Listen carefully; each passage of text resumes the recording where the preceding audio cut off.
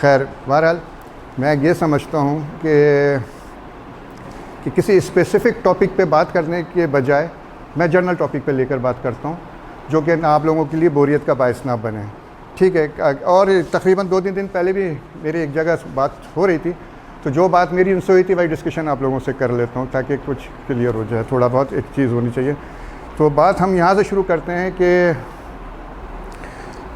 3-4 अल्फाज ऐसे हैं जिसमें एक नोइंग, नॉलेज, एजुकेशन, ये सब ने सुना है ना, मगर अरबी में एक अल्फाज है इल्म। ये तीनों अल्फाज अपनी जगह, और जो अरबी का अल्फाज है ना इल्म, वो इस हाइट पर है कि ये तीनों अल्फाज मिलकर उसके बराबर हो ही नहीं सकते हैं। मतलब एजुकेशन, नॉलेज और नोइंग कि जनरल एक ऐसे अल्फाज हैं जो कि सिर्फ जानने को या समझने को आता है, मगर इल्म का जो वो लफ्ज़ है जो कुरान पाक में आया है जिसके बारे में, ठीक है ना, इसकी डेप्थ इस वजह से इतनी आप ये समझ लो जाएगा है कि ये लफ्ज़ जो इल्म है ये अपने अंदर अमल भी रखता है। यानी कि मतलब आपके नॉलेज के साथ, मतलब ज़ाहिर बात अल्फाज तो लेना पड़ेगा ना इसको इंग्लिश में करने के लिए, तो नॉलेज के साथ ये एक्शन को भी लेता है, मगर ये बाकी जितनी आप इंग्लिश के अंदर नॉलेज है, नोइंग है और एजुकेशन है, इनमें एक्शन कहीं नहीं है। देखें आप,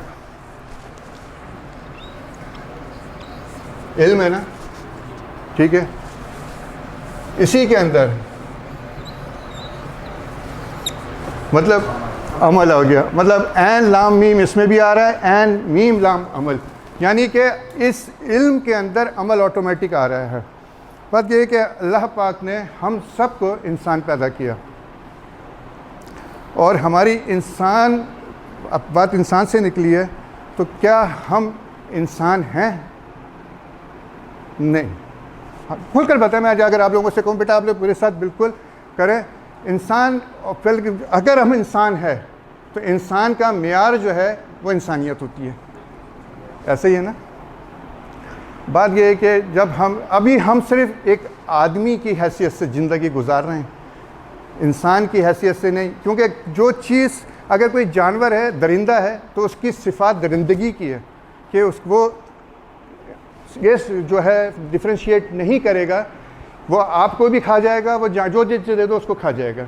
मगर इल्म जो है वो इंसान के अंदर तभी, जब अगर आपने इल्म लिया है तो वो इंसान से इंसानियत पे लेकर जाता है, एक चीज़।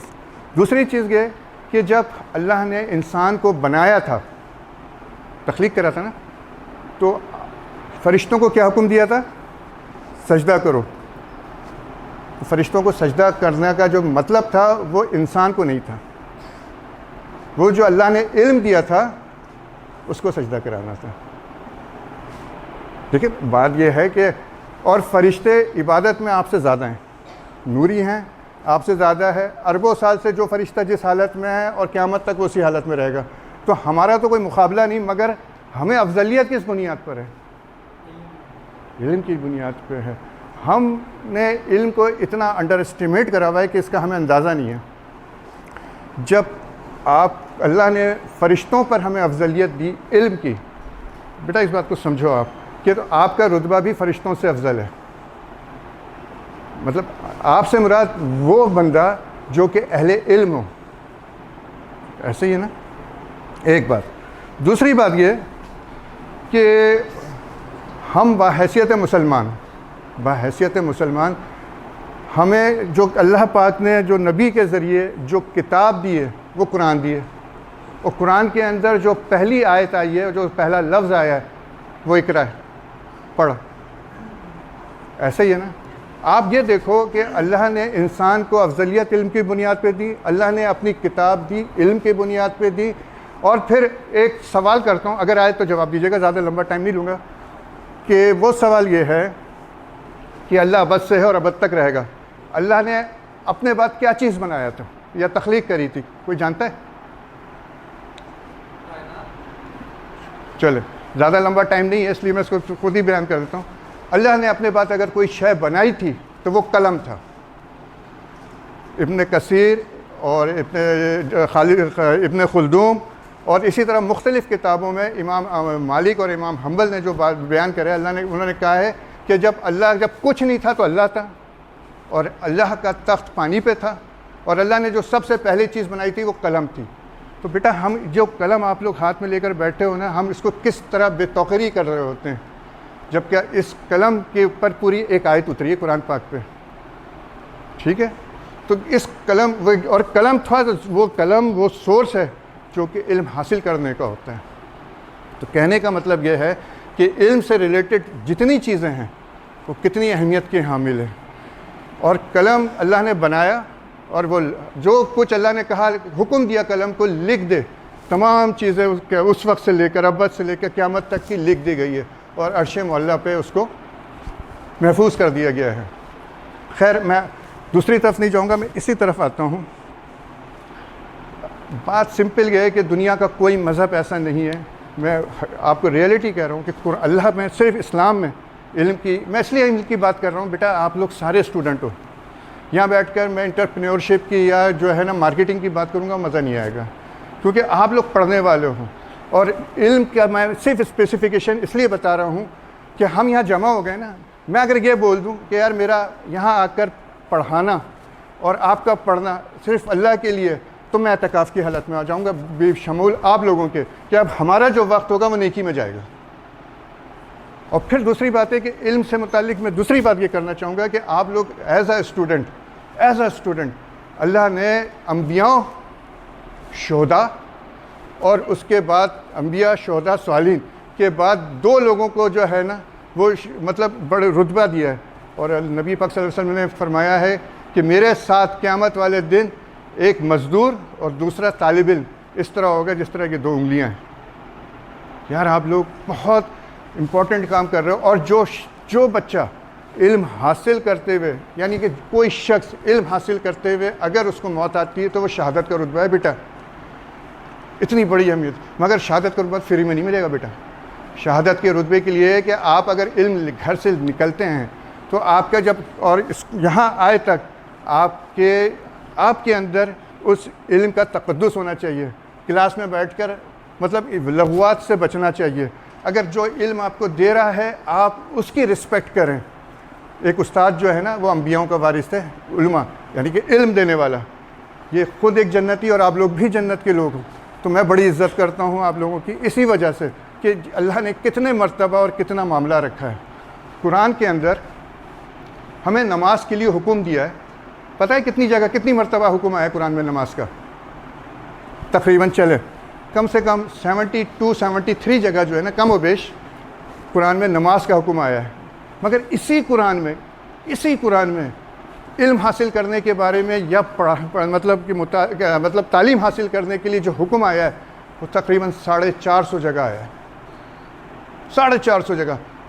आप बच्चे माशाल्लाह कितने ऐसे होंगे जो नमाज के पाबंद होंगे। अज़ान होती होगी, आप लोग कोशिश करते होंगे जाए नमाज़ पढ़े, फ़र्ज़ है ना, इसलिए नमाज़ पढ़ लो। यार जो 72 दफ़ा आया माशाल्लाह 5 दफ़ा उसकी इतनी पाबंदी कर रहे हो। जो 450 दफ़ा आया है कम से कम उसको दिल से पढ़ लो। और जो यहाँ बैठ कर पढ़ रहा है बेटा याद रखना कि इल्म के लिए कि कहीं कैद नहीं है कि आपको सिर्फ दीन का ही इल्म लेना है तो आप शोहदाओं में या उलमाओं में शामिल होगे। नो, कतई नहीं।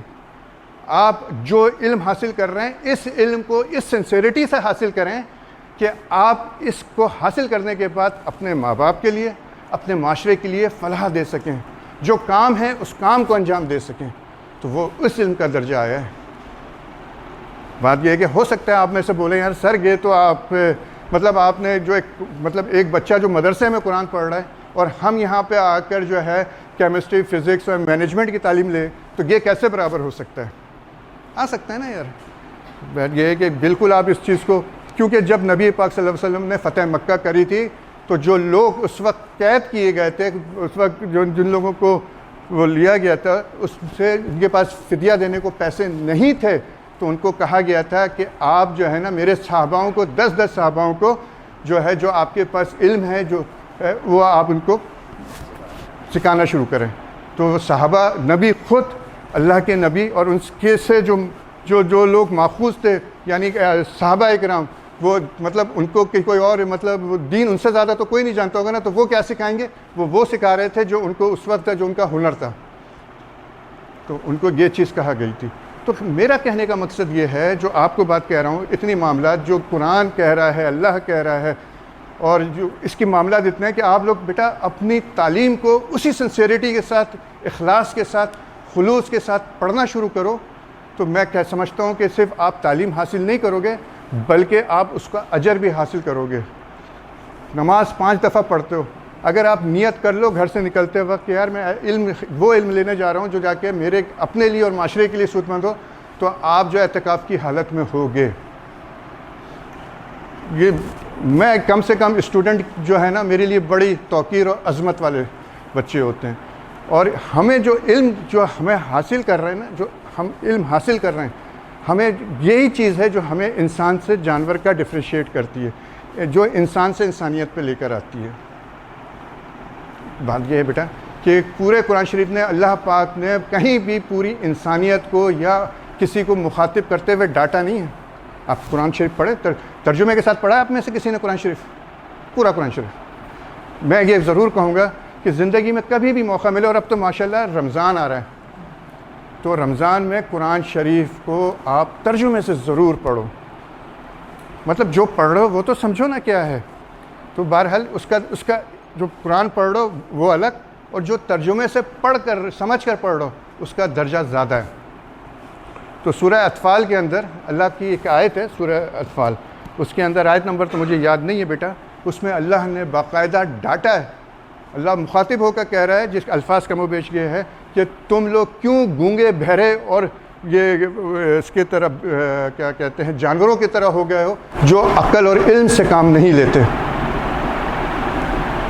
डांट रहा है। आप ये बेटा, आप लोग इल्म को जो आप लोग पढ़ रहे हो इसे बोझ समझ के ना पढ़ो। और दूसरी बात यह है कि एक टीचर और एक प्रीचर का फ़र्क पता है क्या होता है?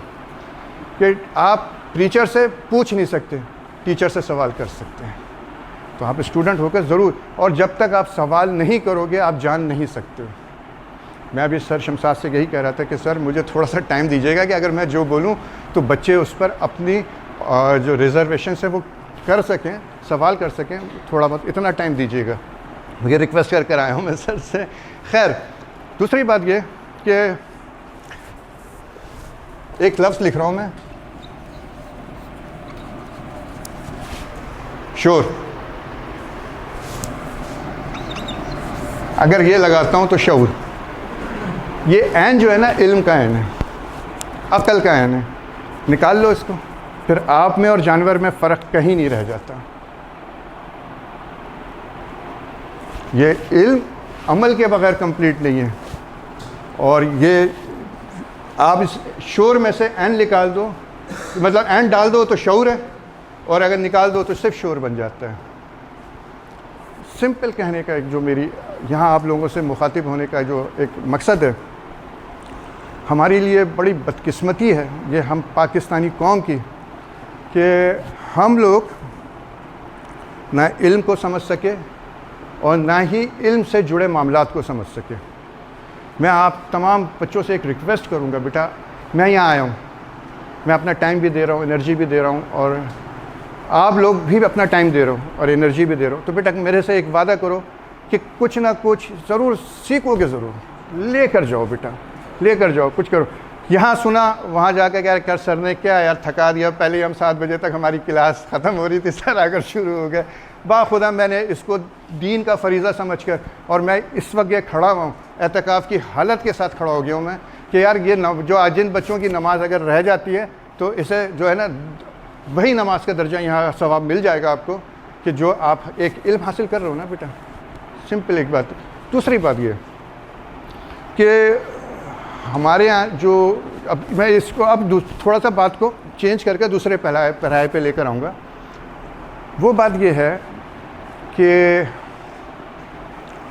दुनिया में चाइना है, इसराइल है, यहाँ आज से नहीं, तकरीबन ये है कि 50 साल से उनके यहाँ ये होता है कि जब कोई औरत, क्योंकि आप सब ग्रोन अप पर्सन हो, मैं थोड़ी बातें खुल कर कह दूँगा, तो वो हमारी जो है इस वक्त लेक्चर के अंदर वो हिस्सा है। थोड़ी बात हो सकती है कि सुनने में मायूब लगे, मगर वो तालीम का एक हिस्सा है। ठीक है बेटा, दूसरी बात ये कि हमारे यहाँ अनफॉर्चुनेटली कहा जाता है कि बच्चे की जो नफ्सियात है ना, वो पैदाइश से लेकर 7 तक के अंदर डेवलप होती है, और जो नफ्सियात डेवलप हो जाती है वो सारी ज़िंदगी चलती है। ऐसा है। सिगमंड फ्राइड एक बहुत बड़ा वो गुजरा है आपका साइकोलॉजिस्ट, इब्तदाई उसने करी थी। वो जो यूँ आप कह लें कि वो बाबा ऑफ जो है ना साइकोलॉजी था। तो उसके पास एक खातून आती है अपने बच्चे को, 2.5 साल के बच्चे को लेकर, कहती हैं कि मैं चाहती हूँ आप इसकी काउंसलिंग करें। तो कहता है बीबी आपने जो है ना इस बच्चे को 3.5 साल लेट कर दिया है। कहती है 3.5 साल, अभी तो ये 2.5 साल का, 3.5 साल। कहने जिस वक्त आपने प्रेगनेंसी कंसीव करी थी आपको उस वक्त आना चाहिए था, क्योंकि जो माँ, देखें जो यहाँ पे आप लोग, अल्लाह पाक आप लोगों की ज़िंदगियों में बरकत दे, आप लोग बड़े होंगे इंशाअल्लाह ताला। कुछ जो लड़के हैं वो बाप के मनसब पे जाएंगे और लड़कियां जो हैं वो माँ के मनसब पे जाएंगी। तो माँ का जो मनसब है ना वो बाप से ज़्यादा है, इस लिहाज से कि माँ तश्कील देती है एक फ़र्द को और वही फ़र्द तश्कील देता है माशरे को।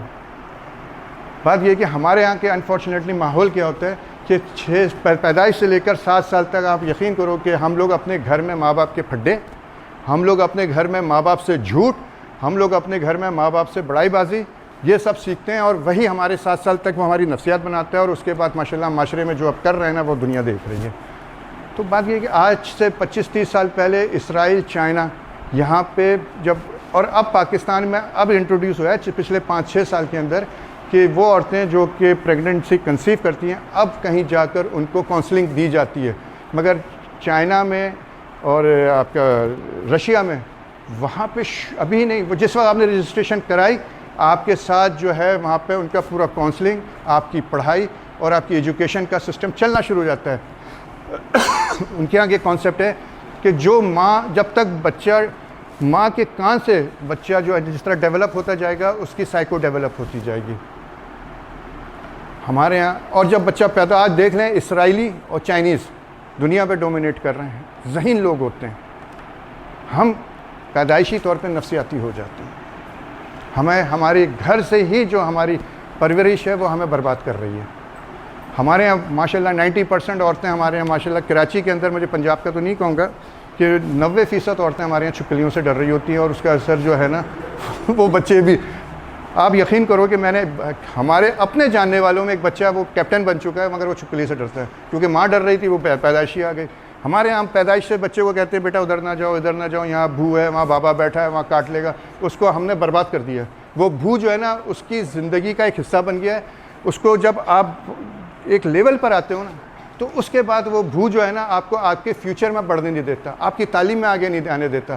तो ये वो थोड़ी सी हमारे यहाँ और उनका फ़र्क है कि हम अपने बच्चे की नफ्सियात बचपन में ही ख़राब कर देते हैं और वो बचपन से नफ्सियात को बनाते हैं। मगर यहाँ मैं एक चीज़ कहने लगा, अब आप सोचोगे कि यार जो चीज़ हमारी जो 7 साल की जो हमारी बन रही है नफ्सियात वो पूरी ज़िंदगी पर मुहित है, ये रियलिटी है।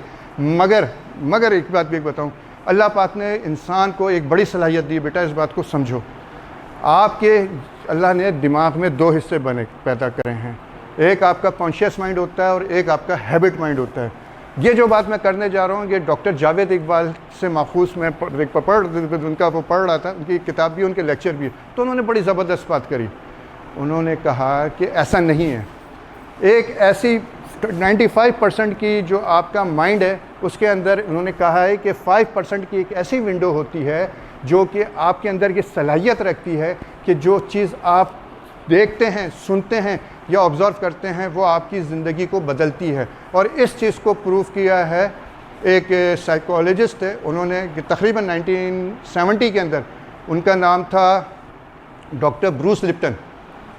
डॉक्टर ब्रूस लिप्टन, उनकी एक किताब है द बायोलॉजिकल बिलीफ्स, जिस पे उन्होंने ये बात साबित भी करी है कि ऐसा नहीं है।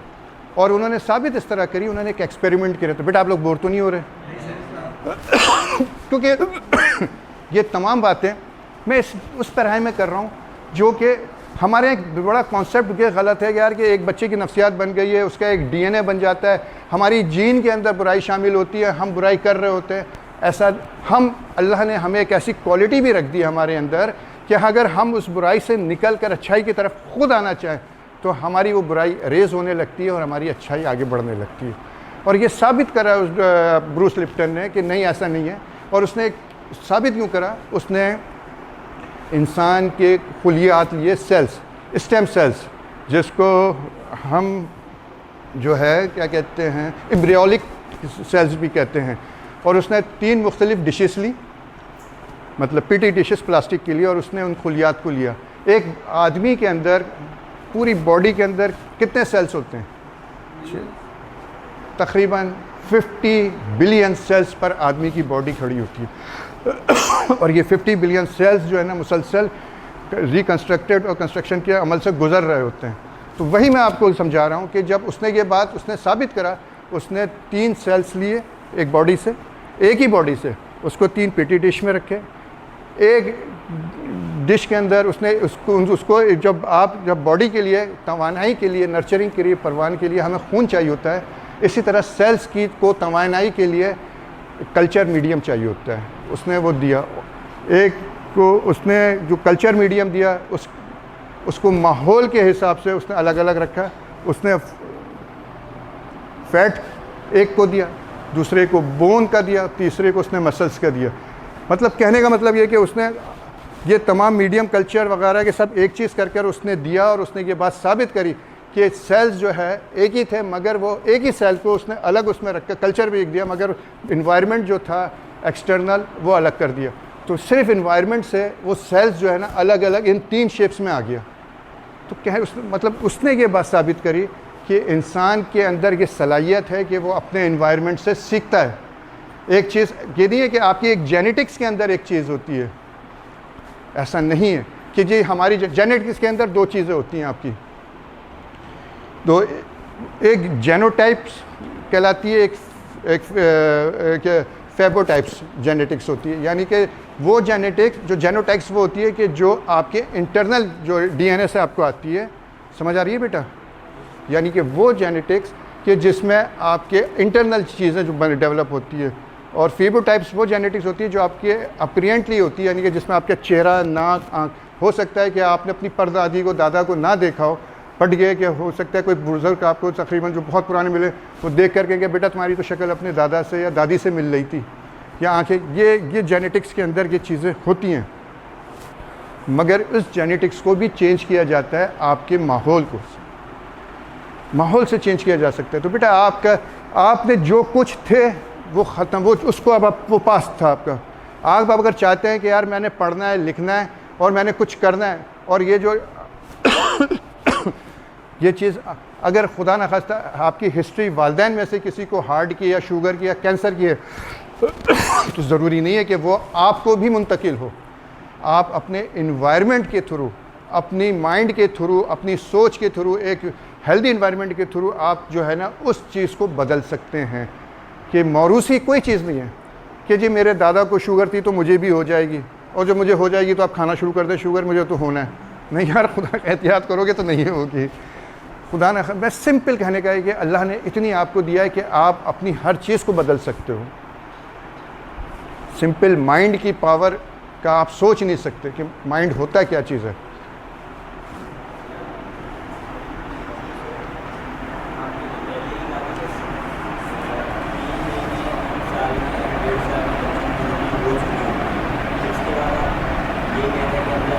मैंने ये ओके बेटा, अच्छा आप लोग सवाल को ना जहन में रख लें ताकि लेक्चर पूरा हो जाए। टाइम कम है ना, तो फिर मैं उसका फिर इकट्ठा जवाब दूंगा। बात आप चले, मैं आपकी बात को जवाब देता हूँ।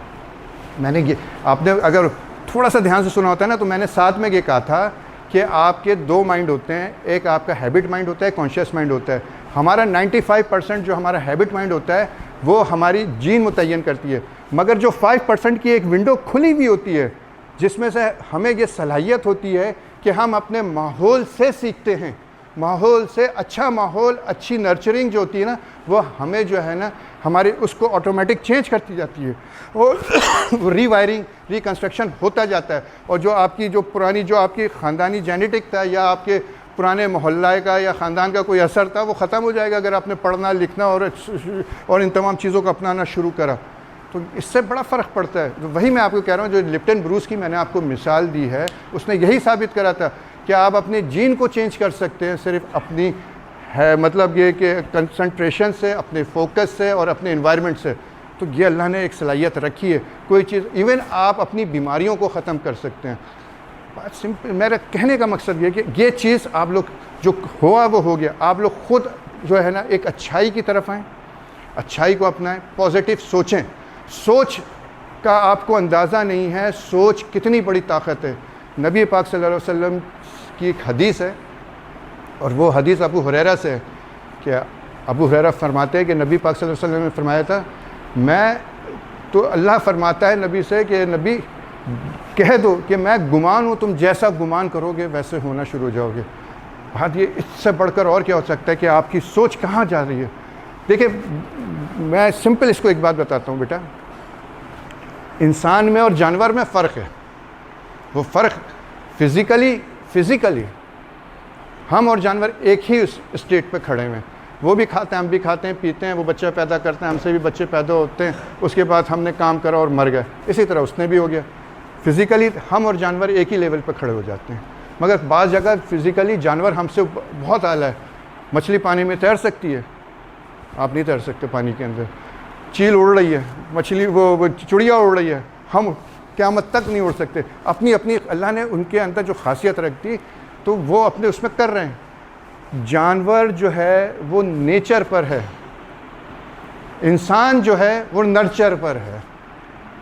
बेटा सब कुछ कर सकते आप अल्लाह और नबी नहीं बन सकते हो, मगर दुनिया की हर जो चीज़ जो जिसने बन गया है वो आप बन सकते हो। सिर्फ आपकी कंसंट्रेशन और प्रैक्टिस के ऊपर है।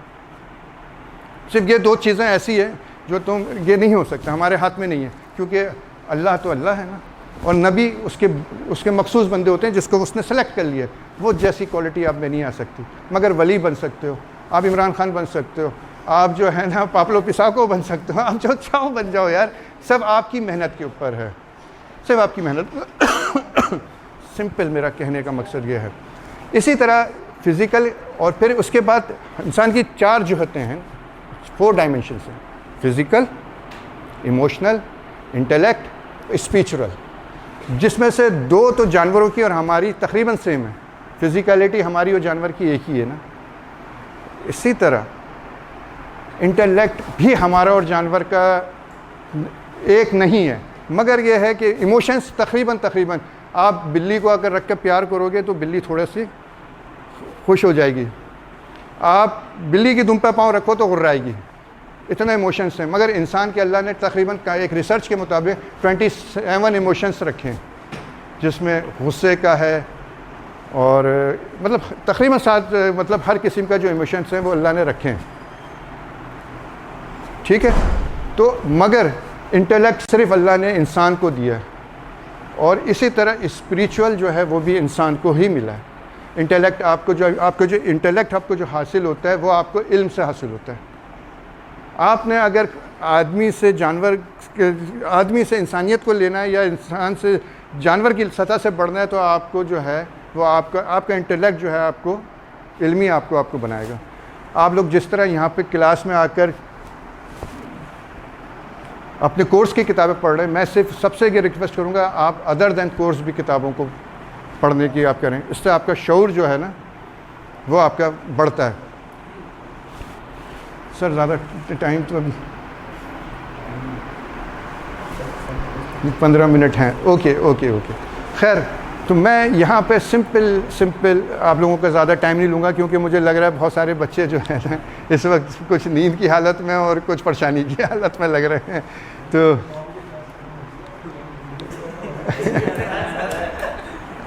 नहीं, ओके नहीं बेटा, मैं यही चाहूँगा कि आप लोग अगर कहीं बोरियत हो तो आप हाथ उठाकर मुझसे बात कर लीजिए। आप क्या हो गए, आपका माइंड, दुनिया में कहा जाता है सबसे तेज़ जो चीज़ है ना वो बिजली है। बिजली कुछ भी नहीं है आपके माइंड में। आप आंख तस्वर करो, आप अपने को कायनात के आखिरी हिस्से में पाओगे।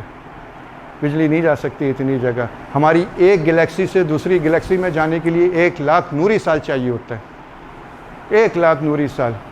तो सर बात यह है कि हम फिर माइंड को आप देखो, आप जहाँ सोचो।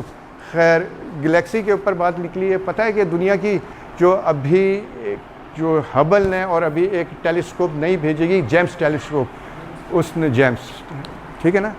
तो अब तक उसने 5% डिस्कवर करा है, और वो जो 5% उसने डिस्कवर करा है, मैं थोड़ा सा शेयर कर लूँ आप लोगों से कितना है।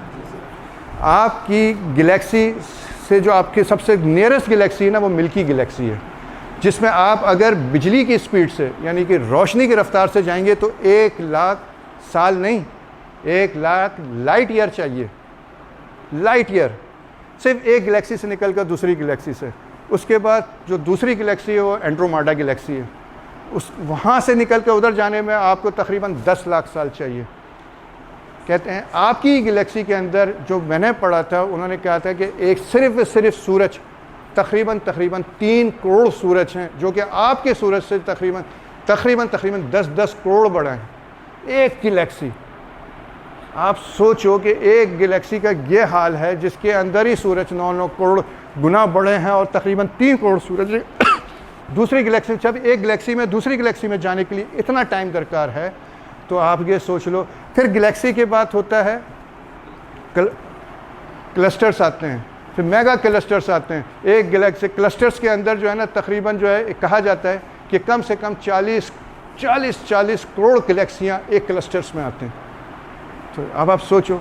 चले मैं आपको ये बताता हूँ। एक मरतबा नबी पाक सल्लल्लाहु अलैहि वसल्लम से हज़रत आयशा रज़ियल्लाहु तआला से पूछा कि या रसूलल्लाह, अगर कायनात अल्लाह से नाराज़ हो जाए तो क्या होगा, पूरी कायनात।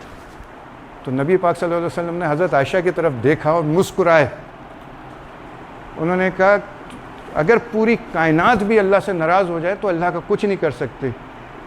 मैं सिंपल कहने का, फिर आपने मिसाल दी कि जब अगर पूरी कायनात नाराज़ हो गई तो फिर अल्लाह क्या, उन्होंने बताया कि अल्लाह की इस कायनात में ऐसी चरवागाहें हैं जिसके जो ऐसी चरवागाहें, कि हदीस बता रहा हूँ, कि जिसके अंदर एक नहीं दो नहीं, मतलब जिसका आप तसव्वुर नहीं करते, वो जानवर हैं कि अगर अल्लाह ताला की पूरी कायनात नाराज़ हो जाए तो अल्लाह ताला एक हुक्म देगा और पूरी कायनात को लपेट देगा। किस कायनात को लपेट रहा है? जिसका अभी सिर्फ 5% दरियाफ्त हुआ है और अभी तक हम अरबों खरबों लाइट ईयर से गुजरते हुए जा रहे हैं और हमें अपनी गैलेक्सी से दूसरी गैलेक्सी नज़र नहीं आ रही। उसको कहा है वो लपेट देगा और लपेट कर एक निवाले में लेकर आएगा। उस निवाले का जो, उस निवाले को अपनी जो चरागाहें हैं, उस चरागाहों के जानवर को सामने डाल देगा और ऐसे जो है ना, वो दिन में 3 दफ़ा ऐसे जो है ना, कई निवाले अल्लाह उसको रिस्क के तौर पे देता है। जब वो जानवर इतने बड़े हैं जो कि पूरी कायनात को लपेट कर सिर्फ एक निवाले पर है और अल्लाह उस जानवर को खिला देगा, तो अल्लाह क्या होगा? अल्लाह अकबर हम कहते हैं तो हमें सिर्फ इसका मायने पता है कि अल्लाह अकबर है क्या चीज़। यार आप सोचो कि वो गैलेक्सी जो हमें सिर्फ, हम इतना ट्रिलियन ईयर्स, हमें सिर्फ एक गैलेक्सी से सिर्फ हमने छोटे सा 5% डिस्कवर करा और हमें पता नहीं। मैं सिर्फ आपको सिर्फ कायनात के एक मरतबा जब अल्लाह पाक नबी पाक सल्लल्लाहु अलैहि वसल्लम जब जा रहे थे मिराज पे, बुर्राक पे, तो एक लश्कर था जो जाता हुआ नज़र आया। तो नबी ने पूछा हज़रत बुर्राक से, ये क्या है? आपने कहा कुरान में भी आया कि अल्लाह के लश्कर को अल्लाह ही जाने। एक आयत आई है, मुझे वो याद नहीं बेटा, अगर पढ़ा था तो उसकी मैं तशरीह बता रहा हूँ जो मौलवियों ने करा। तो वो लश्कर जा रहा है तो हज़रत जिब्राइल अलैहिस्सलाम ने कहा कि या रसूल अल्लाह, मैंने हमेशा इस लश्कर को जाते हुए ही देखा है। तो नबी पाक ने फरमाया कि जिब्राइल तुम्हारी उम्र क्या है? कहने कि वो जो सितारा है ना, वो 72,000 साल में एक दफ़ा चमकता है और मैंने इसको 72,000 दफ़ा चमकते हुए देखा है। तो नबी ने पूछा हज़रत जिब्राइल से, ए जिब्राइल, तो तुम्हारी जो है, अब तुम अगर अपनी असल हैयत में आ जाओ तो तुम्हारी लेंथ क्या है? तो आपने फरमाया कि मैं अगर ज़मीन पे खड़ा हो जाऊँ ना, तो जो समंदर का सबसे गहरा समंदर है उस पर भी खड़ा हो जाऊँ तो मेरा सर जो है ना, वो सैयारों को, दूसरे सैयारों को टकरा रहा होगा। और कहने जब मैं इस लश्कर को देखता हूँ तो मुझे यूँ सर उठा कर देखना पड़ता है। तो वो लश्कर है, लश्कर जो अभी तक चल रहा है। जब हज़रत जिब्राइल इतने बड़े होकर उस लश्कर को सर उठाकर देख रहे हैं तो उस लश्कर का कितना बड़ा आलम क्या होगा वो। तो सर हम लोग किस, और उसके बावजूद भी हमें दावा है कि हम अशरफुल मखलूक़ात हैं, जबकि कुरान में तो अशरफुल मखलूक़ात का तस्करा ही नहीं है। पूरे कुरान में हमें अशरफ नहीं कहा गया। दुनिया में कई कायनातें हैं, 7 ज़मीनें और 7 आसमानों का तस्करा है। कौन कौन कहाँ क्या हो हमें नहीं पता। बहरहाल हम जो है बहैसियत अल्लाह ने एक बेहतरीन मखलूक हमें तश्कील दिया है, बेहतरीन मखलूक तश्कील दिया है, और उस मखलूक की जो खासियत है वो इल्म है। वरना हम में जानवर में फ़र्क नहीं है, हम में इंसानियत में, अगर हम उसी वक्त इंसान कहलाने के हकदार हैं जब हम में इंसानियत है। और इंसानियत के अंदर कुरान पाक को पढ़ो बेटा, आपसे पढ़ो, अल्लाह पाक कह रहा है दरगुजर कर दो, माफ़ कर दो, दूसरों को दे दो। हमारी हसद, हमारी जलन ही नहीं ख़त्म हो रही है। कितना हम माफ़ करते हैं, हम बस में चढ़ जाए, किसी का पाँव लग जाए तो हम लड़ने के लिए तैयार हो जाते हैं। बात ये कितना, अल्लाह कहता है मुझे पसंद है वो लोग जो दरगुजर करते हैं। हम कितना दरगुजर करते हैं। सिंपल एक बात कह रहा हूँ। दूसरी बात आप ये देखो, हम में हर बंदा जो है ना, जिसके पास ताकत है वो इंतकाम पे खड़ा हुआ है। कोई बात होती है आपने छटक के सामने वाले से जो करना है, कितना अल्लाह कह रहा है मुझे पसंद है बर्दाश्त करना। अल्लाह कह रहा है लख बातों से बचो। बेटा लख बातों का मतलब समझते हो क्या होता है? वो जो गालियाँ हम माँ बहन की बक रहे होते हैं और हमें एहसास भी नहीं होता, वो लख बातें हैं जो अल्लाह को नापसंद है। और हदीस है कि नबी पाक सल्लल्लाहु अलैहि वसल्लम से, और रिवायत आती है, जामा हदीस का तो मैं नहीं कहूँगा, मगर रिवायत है ये कि जब इंसान के मुंह से गाली निकलती है ना तो अल्लाह को जलाल आता है। अल्लाह कहता है कि मैंने इसको इंसान बनाया और ये मुंह से गालियाँ लफूज़ात निकाल रहा है, सबसे पहले उसका बर्डन जो आता है वो आपके रिस्क पे आता है। बेटा आप देख लो, आप, मैं आज को आपको, चलो मैं प्रैक्टिकल बता रहा हूँ, आप देखो जितने ड्राइवर हजरात हैं इनकी हरकतें देखा करो। बस चलते चलते रोक देते हैं, चलते चलते मोड़ देंगे, कोई उतर नहीं पा रहा होता है कि गाड़ी चला देते हैं। आप इनकी ज़िंदगियों में झांक कर देख लो, हर आदमी परेशान है। आप देख लो, मैं एक बार बैठा था बाइकिए वाले में, एक दफ़ा, कई जगह में मरतबा बैठा, तो मैंने 2-3 दफ़ा बैठा, मैंने उससे बात निकली, रास्ता था, मैंने कहा बेटा आप ज़िंदगी में परेशान ज़रूर हो गए। कहना जी सर। जिससे कहा उसने कहा जी। कहना आपको क्या इल्म आता है कुछ? मैंने कहा कोई इल्म नहीं आता। सही बात। मैंने कहा यार बात यह है कि आज तुम्हारी ज़िंदगी में जो परेशानियाँ हैं ना, तुम गालम गलोच कम कर दो। कह रहा जी सर आप सही कह रहे हैं, आपको कैसे पता चला? मैंने कहा जो तुम इतनी मेहनत का काम कर रहे हो ना, मैंने कहा ये तुमको तुम्हारी ज़बान की वजह से ये तुम्हें आज इतनी मेहनत करना पड़ रही है। मैंने कहा तुम अपने, मैंने कहा काम कोई छोटा बड़ा नहीं होता। मैंने अपने प्रोफेशनल लाइफ को शुरू करने से पहले दुकान पे भी काम किया, कुछ नहीं, अज़मत एक काम कर रहे हैं ना यार। मगर वही है कि आप ये देख लो कितने ये जो फूड पांडा वाले हैं, ये ड्राइवर हजरात हैं, इनके कैरेक्टर देख लो जाकर। बेटा अपनी ज़िंदगियों में से ये गालियाँ निकाल दो, दरगुजर का दसवा निकाल दो और देना शुरू कर दो। खुदा की कसम, मैं कसम खा के कह रहा हूँ, अपने ईमान के हद तक आप देना शुरू कर दो, आपको मिलना शुरू हो जाएगा, मिलना शुरू हो जाएगा। मैं सिंपल एक छोटी सी एक रिवायत बता देता हूँ देने के लिए। आप लोग में से माशाल्लाह मुझे लगता है काफ़ी बच्चे जॉब करते हैं, दो, जो हो सकता है अपने हस्ब तौफीक दो। बेटा जो आप दोगे ना, अल्लाह का वादा है रिस्क देना, अल्लाह रहमान है, उसने कहा है कि काम उसका, और आप अल्लाह का काम आपका हाथ बटाओ। अच्छा एक बात और याद रखना, देने में भी ये फ़र्क, आपने फ़कीर को नहीं देना। हुक्म कुरान में कहीं फ़कीर को देने का नहीं आया, गरीब को देने का आया है। बेटा उसको दो, आपसे आकर मांग रहे हैं ना, अल्लाह के वास्ते उसको मत दो, हाथ पाँव उसके सीए, वो आपको हक मार जाएगा दूसरे का। आप देखो पेट्रोल पंप पे जो बंदा खड़ा हुआ है ना, वो पेट्रोल डाल रहा है, आप 300 रुपये का, अब तो मैं नहीं कहूँगा यार बहुत महंगाई हो गई है, मगर निकालो 300 रुपये का पेट्रोल डलवाते हो ना, तो 250 रुपये का डलवा कर 50 रुपये उस पर छोड़ दो, उसकी तनख्वाह इतनी नहीं होती। मैं क्योंकि खुद मार्केटिंग में हूँ, पेट्रोल की कंपनी से ताल्लुक़ रखता हूँ, मुझे पता है वो बेचारे खड़े होकर 24 घंटे की ड्यूटी और ज़्यादा से ज़्यादा 17-18 हज़ार रुपये तनख्वाह। अब मुझे बताओ उसकी, वो गरीब है, उसकी हेल्प करो, वेटर है आप उसकी हेल्प करो, अल्लाह आपको देगा। मैं सिर्फ एक रिवायत बता देता हूँ हज़रत मूसा की, तो देने की। एक मरतबा हज़रत मूसा अलैहिस्सलाम कोहे तूर पे हम कलाम होने जा रहे थे, कलीमुल्लाह का लक़ब था उनका। तो एक बंदा उनको मिला, कहला या मूसा कहाँ जा रहे हो? उन्होंने कहा या रसूल अल्लाह, मैं जो हूँ अल्लाह से, मतलब अल्लाह के पास, इसको मैं उससे कहने लगे कि मैं उस अल्लाह से कलाम करने जा रहा हूँ। उसने कहा ए मूसा, मैं सिर्फ अल्लाह से मेरी ये पूछ लो, क्या मेरा रिस्क इतना तंगी में चल रहा है, क्या ये बढ़ेगा नहीं? उन्होंने कहा ठीक है मैं पूछ लेता हूँ। अल्लाह के पास गए, जब जाने लगे याद आया, मैं या अल्लाह, मुझसे एक बंदा मिला था और उसने मुझसे पूछा कि मैं तंगी में हूँ, क्या मेरा रिस्क बढ़ेगा नहीं? तो अल्लाह फरमा रहा है, मूसा नहीं फरमा रहे। अल्लाह ने कहा हाँ मूसा, उसको बता दो उसके रिस्क में मैंने कमी कर दी है, और वो लिख दिया अर्श पे कि उसको कि रिस्क नहीं दूंगा मैं। उसने ज़िंदगी इसी तरह गुजारना है, सिर्फ एक वक्त का खाएगा, 2 वक्त की वो फाके करेगा। ये रिवायत है, ये रिवायत है जो मैं आपको बता रहा हूँ। तो आप आए और आपने आकर एज सेम एज उसको यही बोला कि तेरे रिस्क में अल्लाह ने कमी कर दी है, नहीं मिलेगा। बात आई गई चली गई। फिर 3-4 महीने बाद जब जाने लगे तो वो बंदा अपनी झोपड़ी से निकला, कहना मैं तेरा ही इंतज़ार कर रहा था मूसा, तो अल्लाह से एक सिफारिश कर दे। उसने कहा बोलो क्या सिफारिश करनी? उन्होंने कहा जो भी मेरे ज़िंदगी मेरी बची खुची है, जितनी भी ज़िंदगी है, मेरे एकदम रिस्क दे दो। तो मूसा कहने लगे सारा रिस्क अगर एकदम लोगे तो फिर तुम तो जी नहीं पाओगे। उसने कहा नहीं, अल्लाह से कहो कि जो मेरा रिस्क है उसको कन्वर्ट कर दे अच्छे रिस्क में। अगर 10 साल मेरी ज़िंदगी बची हो, 10 साल में से मुझे एक वक्त में दाल रोटी मिलनी है, तो कम से कम ये है कि मुर्गी और रोटी एक दो उसको कंबाइन करके दे दो मुझे, कि मैं कम से कम वो अच्छा खाना मुझे दे दो, मैं वही खा लूँगा।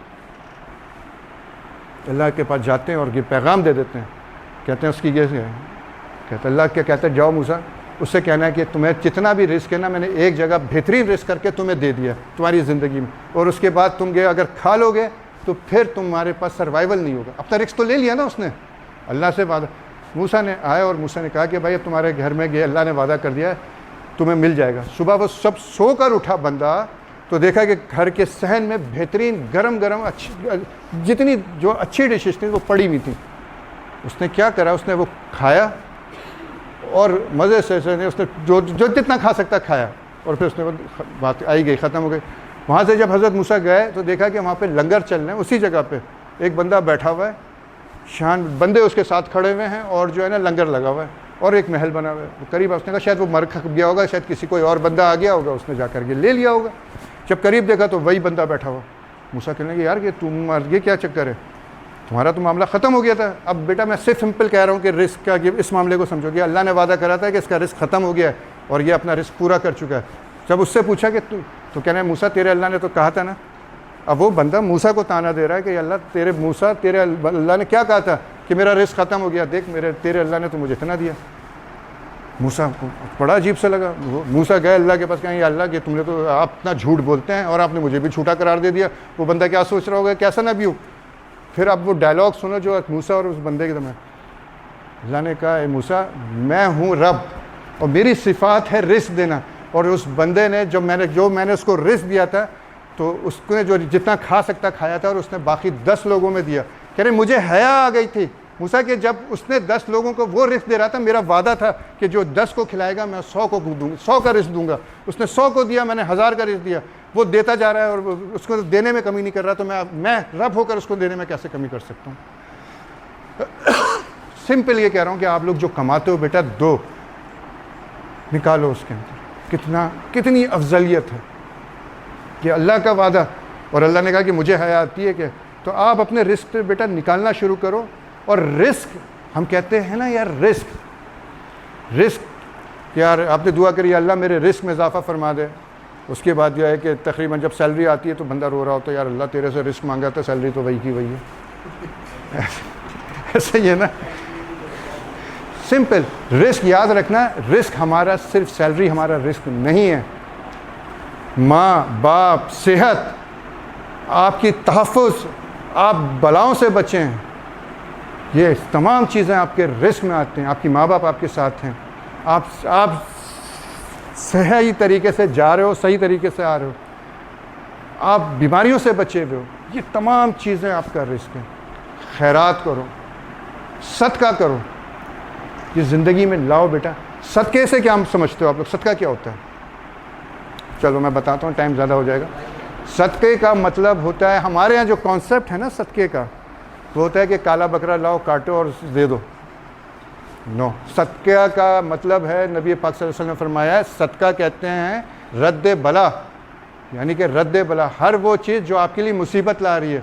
रद्द बला आपको, आपकी परेशानी आपकी तालीम में भी आ सकती है, आपकी नौकरी में भी आ सकती है, आपकी सेहत में भी आ सकती है, आपके घर में भी आ सकता है, आपकी ज़िंदगी के हर मामलात में वो परेशानी जो होती है वो भला है ना, और सदका रद्द बला है। सदका की जो रूट कॉज है, जो सदका निकला है वो सदक से निकला है। सदक माने सच बोलने वाला। बेटा ज़िंदगियों में सच को लागू कर लो, ऑटोमेटिक सदका जाना शुरू हो जाता है, देने की ज़रूरत नहीं होगी। आप खैरात करो अल्लाह के नाम, ये होते हैं। सही कह रहा हूँ गलत कह रहा हूँ? आखिरी बात करके मैं ख़त्म करूँगा सर, इजाज़त हो, सिर्फ आखिरी बात करूँगा। और मैं सिर्फ ये कहूँगा कि ज़िंदगी में अल्लाह ने सेहत दी है ना, सेहत दी है, तो तो उस सेहत का नाजायज़ फ़ायदा नहीं उठाओ। सब्र में और बर्दाश्त में थोड़ा ज़्यादा फ़र्क नहीं है। फ़र्क बताऊँ क्या है? ताकत दी है ना अल्लाह ने, आपसे जो ताकतवर है उसने आकर एक घुसा मार दिया ना तो आप मुस्कुरा कर खामोश हो जाओगे, या आपके बॉस ने 2 बातें सुना दी आपने चलो भाई, ये वो सब्र नहीं होगा, वो सब्र नहीं है, वो बर्दाश्त है। सब्र यह है कि आप ताकतवर हो और आपका कमज़ोर आकर आपसे बाइकों पे जाते हो ना, बाज़ दफ़ा होता होगा ये तीली तीली जैसे टड़ियाँ लगा रहे होते होंगे, अबे देख कर ये कर कहना है यार गलती हो गई है, चल यार चला जाता हूँ। तो उस कमज़ोर को अगर आप दरगुजर करके जाते हैं तो वो सब्र है। ठीक कह रहा हूँ ना बेटा? तो सब्र करो। बात यह कि सिंपल एक रिवायत बताकर ख़त्म करूँगा मैं अपनी बात। रिवायत यह है कि एक आदमी बनी इसराइल का, वो कई दिनों से फाका ज़्यादा था, खाने को उसके पास नहीं था। हर हाल बड़ी मुश्किल से कहीं वो मछली पकड़ने जाता था, मछली पकड़ने के लिए आता सुबह जाता था, शाम को आता था, मछली नहीं मिली। 1 हफ्ते के बाद उसके कांटे पे मछली लगी तो बड़ी परेशानी के आलम में वो लेकर जा रहा था। तो वहाँ से उसी कबीले का एक ऐसा उबैश आदमी जिसने देखा कि इतनी ताज़ा मछलियाँ के लेकर जा रहा है, उसकी मछली छीनने के लिए आ गया। उसने रेजिस्ट करा कि यार मेरे बच्चे भूखे हैं कि मैं, मगर ताकतवर था उसके पास, उसने अपनी ताकत के बल पे वो मछली उससे छीन ली लेकर। तो आज वो बेचारा जिसके बच्चे भूखे थे और ख़ुद भी वो परेशानी के आलम में बैठा हुआ था, कुछ हाथ पकड़ कर रह गया वो। जिस बंदे ने मछली छीनी थी, थोड़ा आगे गया था कि ज़िंदा मछली थी, वो तड़प रही थी, इत्तेफाक से उसने क्या करा कि उस बंदे के हाथ पे काट लिया। खैर बात आई गई, ख़त्म हुई, वो बदले कर गया, मछली उसने काटी, पका ली। कुछ अरसे के बाद जहाँ उसने काटा था ना, उसका हाथ वहाँ से सड़ना शुरू हुआ। हकीम को दिखाया, डॉक्टर को दिखाया, उन्होंने कहा भाई ये आपके अंगूठे पे जहर आ गया, इसको अंगूठा काटना पड़ेगा। उसने अंगूठा कटवाया, मामला पट्टी बनी। कुछ अरसे के बाद फिर अंगूठा काटने के बाद फिर जो है ना वो ज़ख़म सही नहीं हुआ, फिर बढ़ना शुरू हुआ। हाथ काटने की नौबत आ गई, हाथ काटने की। उसके बाद हाथ काट लिया उसने। उसके बाद फिर कुछ अरसे के बाद वो हाथ कटने के बाद भी हाथ का ज़ख़म सही नहीं हुआ, फिर हाथ यहाँ तक काटना पड़ा। वो फिर भी सही नहीं हुआ। किसी ने कहा कि अब अगर हाथ काटोगे तो फिर ज़िंदगी से जाओगे, क्योंकि इन्फेक्शन ज़हर तुम्हारे जिस्म में फैल रहा है। किसी ने वो बड़ा परेशान हुआ, इधर जाना उधर जाना, तो किसी आलिम के पास गया। उसने पूछा मैं क्या करूं? उसने कहा बेटा ये बताओ, तुमसे कोई ज़्यादती हुई है?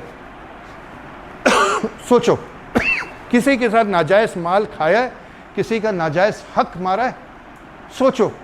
बहुत सोचने का। उसने कहा हाँ, मेरे जो मछली जो थी, जिसकी मैं मछली लेकर आया था, वो मछली मैंने किसी आदमी से छीन ली थी। उसने कहा जाओ उससे तो माफ़ी मांगो, तौबा करो, अगर उसने माफ़ कर दिया तो शायद तुम्हारा मामला बन जाए। जाता है, उससे माफ़ी मांगता है, पाँव पड़ जाता है, कहता है यार जो कुछ मेरे पास ले ले, तू मुझे माफ़ कर दे। वो कहता है मैंने तुझे माफ़ करा। वो कहता है ठीक है। वो उससे सिर्फ एक सवाल करता है, भाई तुम कौन से ऐसे कलंदर हो, ऐसे कौन से वली हो, तुमने ऐसी क्या बदवा दी थी कि मैं आज मेरा हाथ कटने और मेरी जान पर आ गया? उसने कहा मैंने कोई बदवा नहीं दी थी, मैंने ये कहा था या अल्लाह ये शख्स इसने मुझे अपनी ताकत दिखाई है, या रब तू इसको अपनी ताकत दिखा दे। तो सिंपल कहने का मतलब है बेटा अपने मामलात को सुधारो, अपने लोगों के साथ दरगुजर करो, और सबसे बड़ा हक आपके जो दरगुजर करने का है बच्चों, वो आपके वालिदैन का है। हमें अम्मी जो है ना रोटी एक को ज़्यादा दे दो, दूसरे को कम दे दो, हमारा बोलता है यार अम्मा ये क्या आपने तो 2 रोटियाँ उसको दे दी और हमें कम दे दी। तो हम अपनी अम्माओं से भी थोड़ा सा ऊँची आवाज़ में बात करते हैं। तो लिहाजा आपका माँ बाप सबसे ज़्यादा हकदार हैं। वो जुल्म भी करें, जुल्म का लफ्ज़ आया कुरान पाक के अंदर, माँ बाप अगर जुल्म करें, बेटा जुल्म की डेफिनेशन हमें अंदाज़ा ही नहीं है, यानी कि बिला वजह अगर वो आपको इस तरह मारें कि आप बेहोश हो जाएं, तपती हुई धूप में लिटा कर मार कर बेहोश कर दें और आपको होश आता है और फिर मारें और फिर बेहोश हो जाए, ये जुल्म है? क्या किसी के माँ बाप ने ये जुल्म करा है? और उसके बाद और तब कहा है कि आपको इतना जुल्म माँ बाप कर रहे हैं, उसके बावजूद आप उफ ना करो। बेटा कि अल्लाह कह रहा है, अल्लाह अपने खुदा के